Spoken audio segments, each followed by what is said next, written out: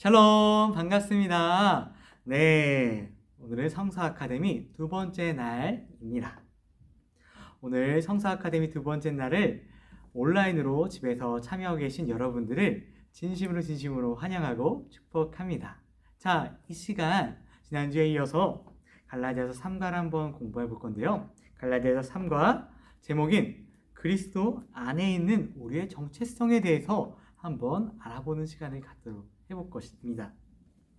이번 시간을 통해 갈라디아서 2장에 있는 내용이 우리의 머릿속에 남아있고 그리고 이해가 넓어지시길 간절히 소망합니다.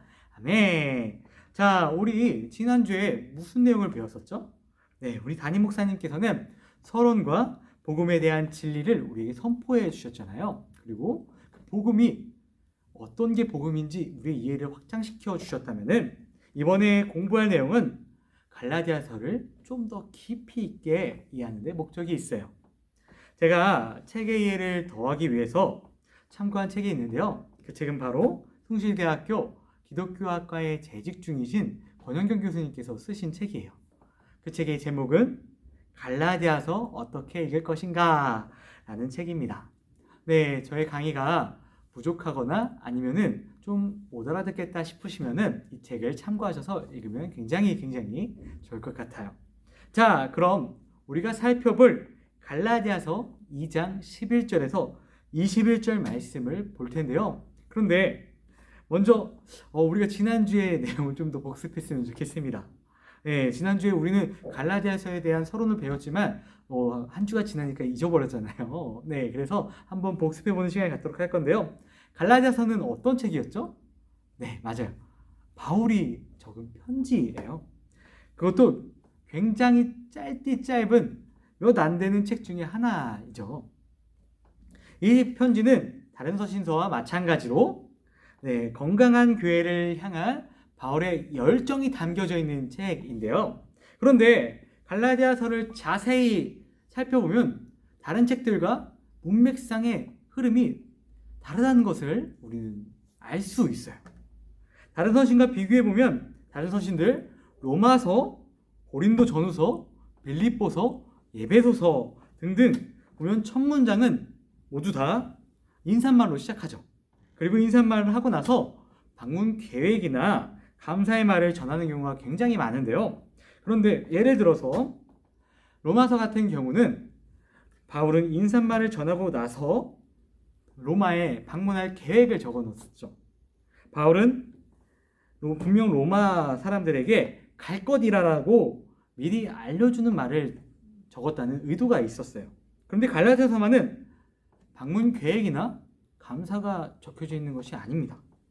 그리고 굉장히 투박하고 거친 말투를 굉장히 선호하면서 적었어요.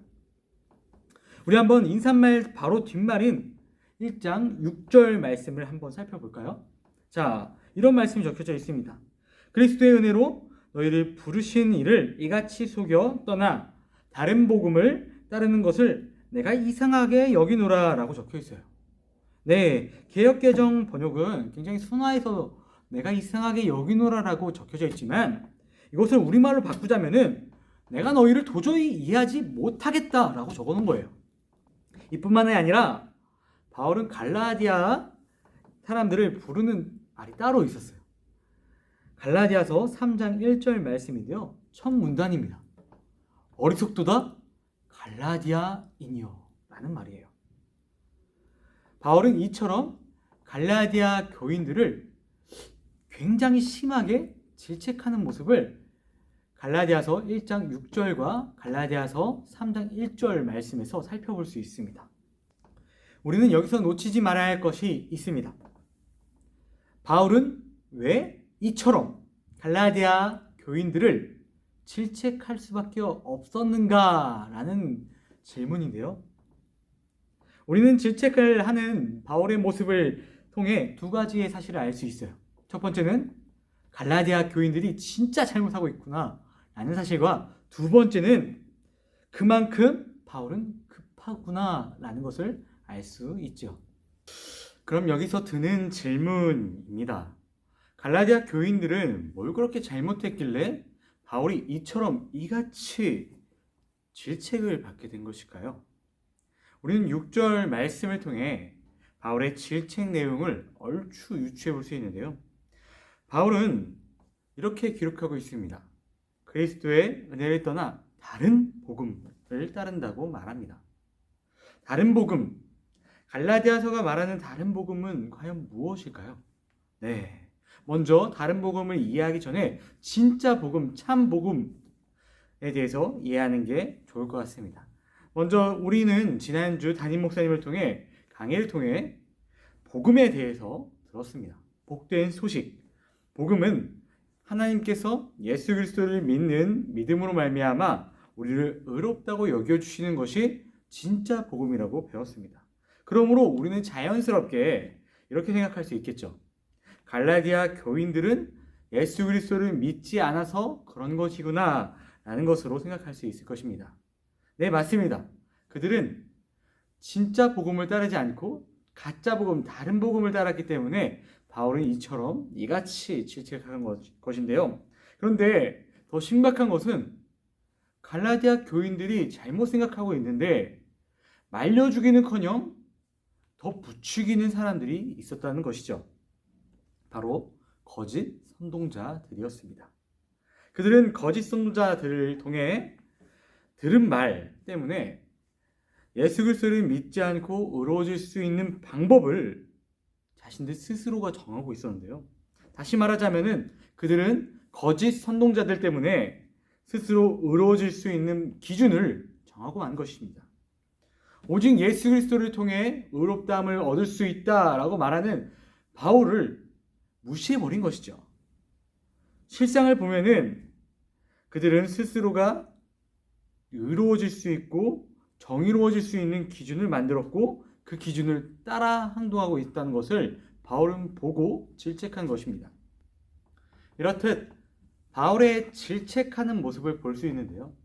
네, 갈라디아서가 적힌 목적은 거짓 선동자들을 그렇게 하지 말라고 질책하면서 동시에 갈라디아 교인들이 따라가야 할 복음을 알려주기 위해서 적었습니다. 자, 그럼 이렇게 큰 틀, 이 갈라디아 교인들에게 전하고자 한 메시지가 복음이라는 이 큰 틀 안에서 이제는 지금부터는 갈라디아서 2장 11절과 21절 사이에 진짜 전하고 싶은 메시지, 그들이 믿었던 다른 복음에 대해서 한번 파헤쳐보는 시간을 갖도록 한번 해보겠습니다. 먼저 바울은 2장 11절부터는 안디옥에서 있었던 작은 에피소드를 이야기합니다. 간단히 소개하자면 11절에서 14절까지는 안디옥에서 벌어진 에피소드에 대한 이야기를 적었고요. 그리고 15절에서 16절까지는 율법의 행위들이 아니라 믿음이라는 교훈적인 메시지를 적었습니다. 그리고 17절에서 18절까지는 바울의 행동에 대한 베드로의 행동에 대한 바울의 신학적 비판을 적었고요. 그리고 마지막으로 19절에서 21절은 율법에 관한 바울의 입장을 이야기했습니다. 갈라디아서 2장을 전체적으로 보면은 다 아실 텐데요. 갈라디아서 2장은 바울의 일명 하극상 사건입니다. 네, 하극상. 네, 선임, 선배를 후배가 질타한 사건인데요. 네, 베드로라는 사람은 바울보다 연차도 꽤 있고 그리고 나이도 꽤 있었지만 베드로의 행동 때문에 바울은 분노를 느끼고 베드로를 질타하는 장면이 바로 이 2장 장면이에요. 사건의 전말은 이렇게 시작됩니다. 게바 즉 베드로가 안디옥에 왔을 때 벌어졌던 일입니다. 베드로는 그 안디옥에서 이방인들과 같이 식사를 했는데요. 좋은 대화도 오가고 그리고 좋은 분위기 속에서 식사를 하게 됩니다. 그런데 사건이 벌어지게 된 거예요. 바로 야고보가 데려온 유대인들 때문에 사건이 벌어졌는데요. 베드로는 그 유대인들을 의식하고 있었어요. 왜냐? 율법상 유대인들과 할례를 받은 사람들과 그리고 이방인 할례를 받지 못한 사람들은 식사를 같이 할 수 없다는 규정이 있었기 때문에 베드로는 그 유대인들이 자신을 어떻게 볼까 생각하면서 그 이방인들, 같이 식사를 하던 그 이방인들에게서 멀어지는 경향이 나타나게 된 것입니다. 근데 여기서 문제는 베드로를 따라 같이 있던 다른 유대인들도 똑같이 그렇게 행동했다는 거예요. 결과적으로 보면은 유대인 식사 자리 따로, 그리고 이방인 식사 자리 따로가 서로 분리되는 경향이 나타나게 됐는데요. 이 상황은 아주 심각한 사건이었어요. 이 안디옥 사건 이전 때에 무슨 사건이 있었냐면은 할례를 받지 못한 사람들과 할례를 받은 사람들은 어떻게 할 것인가에 대해서 사도들이 실명나게 논쟁거리가 있었거든요. 이미 할례를 받아야만 하나님의 백성인가 아닌가에 대해서 문제로 한참 시끄러웠는데요. 그때 사도들이 결정하기를 예수님의 말씀을 본받아 예수 그리스도를 믿기만 하면은 모두 다 형제요, 자매요, 가족이다라는 것에 동의를 한 상태였습니다. 예수님을 믿음으로 말미암아 하나님의 백성으로 의롭다고 여겨진다는 것을 이미 결정난 상황이었어요. 그런데 지금 바울의 눈앞에 펼쳐진 상황은 베드로는 이와 반대대로 행동하는 것이었죠. 베드로는 이미 알고 있습니다. 무할례자나 할례자나 모두 다 예수님을 믿기만 하면은 모두 다 가족이라는 상태를 베드로는 이미 알고 있었지만 베드로의 행동은 그렇지 못했습니다. 베드로의 행동은 무할례자나 할례자나 그 차별을 주면서 나누는 행동을 베드로가 지금 하고 있는 거예요.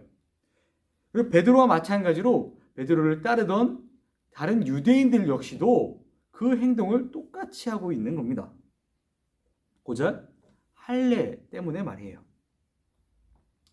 베드로에게도 사정이란 게 있었겠죠. 베드로는 분명 유대인들을 위해 세워진 사람이었습니다. 유대인들의 눈치를 안 볼래야 안 볼 수 없는 사람이죠. 베드로는 이방인들과 식사하는 그 모습이 유대인들에게 비춰졌을 때 어떻게 보일까를 염려했습니다. 유대인들에게는 그게 그만큼 자극적이고 이해하지 못하는 상황이었기 때문입니다. 그래서 베드로는 유대인들을 염려를 해서 이방인들과 함께 식사하는 와중에도 불구하고 자리를 일어나서 유대인들 곁으로 간 거예요. 베드로의 행동이 유대인들의 취향에 맞게 행동한 것이죠. 바울은 이 모습을 보고 질타를 한 것입니다. 여기서 우리가 알 수 있는 것은 베드로가 추구하는 그리스도의 정체성, 그리스도인의 정체성, 하나님 나라 백성의 기준과 그의 지금 현재 벌어진 사건, 상황의 행동에 대한 게 서로 어긋나 있다는 것을 알 수 있습니다. 그는 알고 있었습니다. 하나님의 백성이 어떤 사람인지, 무할례자냐 유할례자냐 나눌 수 있는 기준이 없다는 것을 알고 있음에도 불구하고 그 율법을 지키는 사람들에게는 의롭다 하심이, 그 하나님 백성이 됨이 유대인에게 난다고 생각했기 때문에 이방인들을 멀리 할 수밖에 없었던 거예요. 베드로는 알고 있었고 그리고 유대인들과 이방인에게 가르쳐줘야 됐었습니다. 그런 거 상관하지 말고 무할례자냐 유할례자냐가 중요한 것이 아니라 예수 그리스도를 믿으면은 우리는 다 형제요 가족이다라는 것을 베드로의 입을 통해서 하나님께서 역사를 하셨어야 됐지만 그렇지 못했습니다. 정작 베드로 본인의 행동이 그렇지 못하였기 때문에 바울은 이 모습을 보고 심하게 분노를 느끼고 질타를 한 것입니다. 베드로는 지금 위선적인 행동을 한 것입니다. 이 바울은 이 모습을 보고 이 행동은 위선이라고 말하고 있는데요. 그래서 이 모습을 지켜본 바울은 베드로에게 이렇게 말합니다. 지금 베드로의 느낌과 감정을 실어서 한번 말해볼게요. 이보시오 베드로, 당신은 이미 이방인들과 함께 먹곤 하지 않았습니까? 어떻게 해서 이방인들과 유대인들을 나누려고 하고 있습니까? 당신이 뜻하던 뜻하지 않던 그 행동은 이방인과 유대인을 나누는 행동입니다. 어떻게 이방인들에게 너희는 하나님의 백성이다 라는 복음의 메시지를 전하기보다는 유대인처럼 할례를 받아야 된다라고 어떻게 그렇게 강요할 수 있습니까? 라고 말했습니다. 말씀은 이어져 바울은 이와 같이 또 말하고 있는데요. 자, 우리 한번 이 PPT를 같이 한번 읽어보도록 하겠습니다. 사람의 의롭게 되는 것이 율법의 행위로서가 아니라 예수 그리스도를 믿음으로써 되는 줄 알았기에 우리 역시 그리스도 예수를 믿습니다. 이는 우리가 율법의 행위로서가 아니라 그리스도를 믿음으로써 의롭다함을 얻기 위해서입니다. 왜냐하면 율법의 행위로서는 의롭다 하심을 얻을 육체가 없기 때문입니다. 네, 이 말씀은 이 신칭의에 대한 바울의 핵심적인 논점이기도 합니다. 이 구절을 자세히 면밀히 살펴보면은 바울은 지금 칭의를 미래적 개념에서 사용하고 있다는 것을 알 수 있습니다. 로마서는 미래적 개념과 현재적 개념을 동시에 사용하고 있지만 갈라디아서 안에서는 현재 완료형인 우리는 이미 의롭다함을 받았다라고 말하지는 않을 수 있습니다. 네, 갈라디아서 전체를 보면은 우리는 이미 의롭다함을 받았습니다 라고 말하지 않고 우리는 의롭다함을 받기 위해 예수 그리스도를 믿어야 됩니다 라고 말하고 있어요. 다시 말하자면은 율법이 아니라 율법의 행위가 아니라 예수 그리스도를 믿기 전까지는 우리는 의롭다함을 받지 못했습니다 라는 말이에요. 여기에는 바울의 명백한 의도가 있습니다. 바울은 지금 베드로를 향해서 말하고 있지만 이 안디옥 사건을 갈라디아서에 적은 이유는 갈라디아 교인들이 보라고 적은 것입니다. 네, 이 구절은 서사를 적은 것이 아니라 갈라디아 교인들이 보고 느끼라는 것이죠. 갈라디아 교인들을 흔드는 것은 무엇이었습니까, 여태? 네, 갈라디아 교인들을 흔드는 것은 거짓 선동자들이었어요. 거짓 교사들이었어요. 갈라디아 교인들을 흔들고 갈라디아 교인들이 다른 복음을 쫓아서 가게 만드는 것은 거짓 교사들이었기 때문에 이 교사들을 경계해야 된다고 바울은 지금 말하고 있는 것입니다. 바울이 지금 갈라디아 교인들의 상황을 너무나도 잘 알기 때문에 너무나도 안타까운 마음에 베드로의 이야기를 들어서 갈라디아 교인들이 이것 좀 봐라라고 말하고 있는 거예요. 갈라디아 교인들이 흔들리는 것은 무엇이었습니까? 네, 거짓 교사들의 율법의 행위 강조였어요. 너희들이 율법의 행위를 따라야지만 너희들이 의롭다함을 받을 수 있다라는 강조였기 때문에 바울은 이 강조가 아니다라고 명확히 분명히 말하고 있는 겁니다. 거짓 선동자들은 그의 논리들을 보면은 아주 완벽합니다. 그 논리들은 무엇이었겠습니까? 거짓 선동자들은 율법의 행위들을 조건으로 내걸고 유대인처럼 살아야지만 마지막 심판 때에 우리가 의롭다함을 받을 수 있다. 그러니 꼭 할례를 받아야 된다라고 말하고 있는 거예요. 그래서 바울은 2장 16절에 그들에 맞서 자신의 논증을 펼칩니다. 이 싸움은 율법을 통해 의롭게 되려 했던 이들과 예수 그리스도를 믿음으로 의의 소망을 기다리는 이들 사이의 싸움이었습니다. 갈라디아서 전체에 걸쳐 바울은 이런 미래적 구원의 관점에서 현재 갈라디아인들의 위기를 파악하고 그 관점에서 자신의 논증을 펼쳐나갑니다. 갈라디아서를 좀 더 깊게 들어가면 그들이 따랐던 것이 율법이 아니라는 사실을 알 수 있어요. 그들이 따랐던 것은 율법, 하나님의 말씀이 아니라 율법을 지키기 위한 행위들을 그들은 따랐습니다. 그래서 그들은 그 행위들을 통해서 의롭다함을 얻을 수 있다고 생각한 것이죠. 그래서 바울은 너희들이 율법의 행위를 따르는 것은 옳지 못하다라고 지적하고 있는 거예요. 칭의를 받은 사람들, 즉 하나님의 백성은, 다른 말로 하자면 하나님의 분노를 피할 수 있는 백성은 율법의 행위가 아니라 예수 그리스도를 믿음으로 고백하는 사람들만이 하나님의 진노를 피할 수 있다고 바울은 이 16절에 논증을 펼친 것입니다. 바울은 갈라디아 교인들에게 하나님의 백성은 예수 그리스도를 믿는 믿음에서 된다고 누차 말하고 있는데요. 자세한 내용은 다음 주 강의 때 정승우 목사님께서 자세히 설명해 주시겠지만, 스포를 하자면 갈라디아를 선동한 거짓 교사들은 율법을 잘 지켜야 의롭다고 여겼기보다는 그들은 오히려 율법을 지키지도 않으면서 율법의 관습을 따라 행했던 위선자들이었어요. 우리가 한때 서양의 문화를 좋아했을 때가 있습니다. 서양의 문화가 좋아서 머리도 노랗게 연색하고 그럴 때가 있었죠. 그것과 마찬가지로 갈라디아 교인들은 이방인들이었어요. 이방인의 신분으로 하나님께서 택하신 백성인 유대인들을 보면서 얼마나 동정의 대상으로 받겠습니까? 그래서 갈라디아 교인들은 어떻게 하면은 유대인들처럼 똑같이 될 수 있을까 고민하는 와중에 거짓 선동자들을 만나게 된 거예요.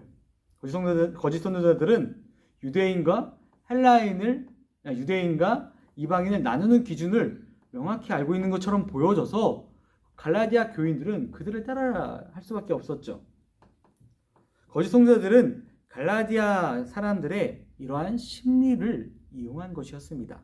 하나님을 받지 않으면 너희들은 구원을 받지 못해. 하나님께서 의롭다고 여겨지는 사람은 오직 할례를 받은 사람이야 라는 거짓 선동자들의 말 때문에 갈라디아 교인들은 동요하기 시작했고, 결국에는 많은 사람들이 예수님을 믿기보다는 할례를 받는 데 초점을 두고 있었습니다. 그리고 할례를 받고 많은 사람들이 할례 때문에 죽어나가기 시작했죠. 다시 말하자면은 갈라디아 교인들은 교리적으로 위험한 생각을 받아들인 사상범이 아니라 실제 구체적인 잘못을 하다가 적발된 현행범들이었습니다. 갈라디아인들이 따르던 다른 복음은 즉 율법의 행위였습니다. 예수 그리스도가 아니라 율법의 행위, 할례를 받아야만 구원을 받을 수 있다는 생각이 만연했기 때문에 바울은 갈라디아인들을 질책할 수밖에 없었습니다. 이어지는 19절에서 21절 말씀은 바울의 율법에 관한 입장을 표명한 것인데요. 바울은 이 구절을 적은 이유는 갈라디아 교인들이 이와 같이 고백을 하길 바라서입니다. 사랑하는 산폰교회 여러분, 우리도 이와 같이 고백했으면 좋겠습니다. 한번 바울의 심정을 담아서 말씀을 제가 말해보도록 하겠습니다. 나는 율법을 통해 율법에 대해서는 죽었습니다. 이는 하나님께 대해 살기 위해서입니다. 나는 그리스도와 함께 십자가에 못 박혔습니다. 이제는 내가 살아가는 것이 아니라 내 안에 그리스도께서 살아 계십니다. 지금 내가 육체 안에서 살아가는 이 삶은 나를 사랑하여서 나를 위해 자신을 내어 주신 하나님의 아들을 믿는 믿음 안에서 살아가는 것입니다. 나는 하나님의 윤회를 무효로 돌리지 않을 것입니다. 왜냐하면 만일 의가 율법을 통해 주어지는 것이라면 그리스도께서 무의미하게 돌아가신 셈이 되기 때문입니다. 바울은 용법상 죽었다라는 말을 종종 하곤 했는데요. 이 죽었다는 것은 바울의 의미에서는 관계의 단절을 말하고 있습니다. 율법에 대해서 죽었다.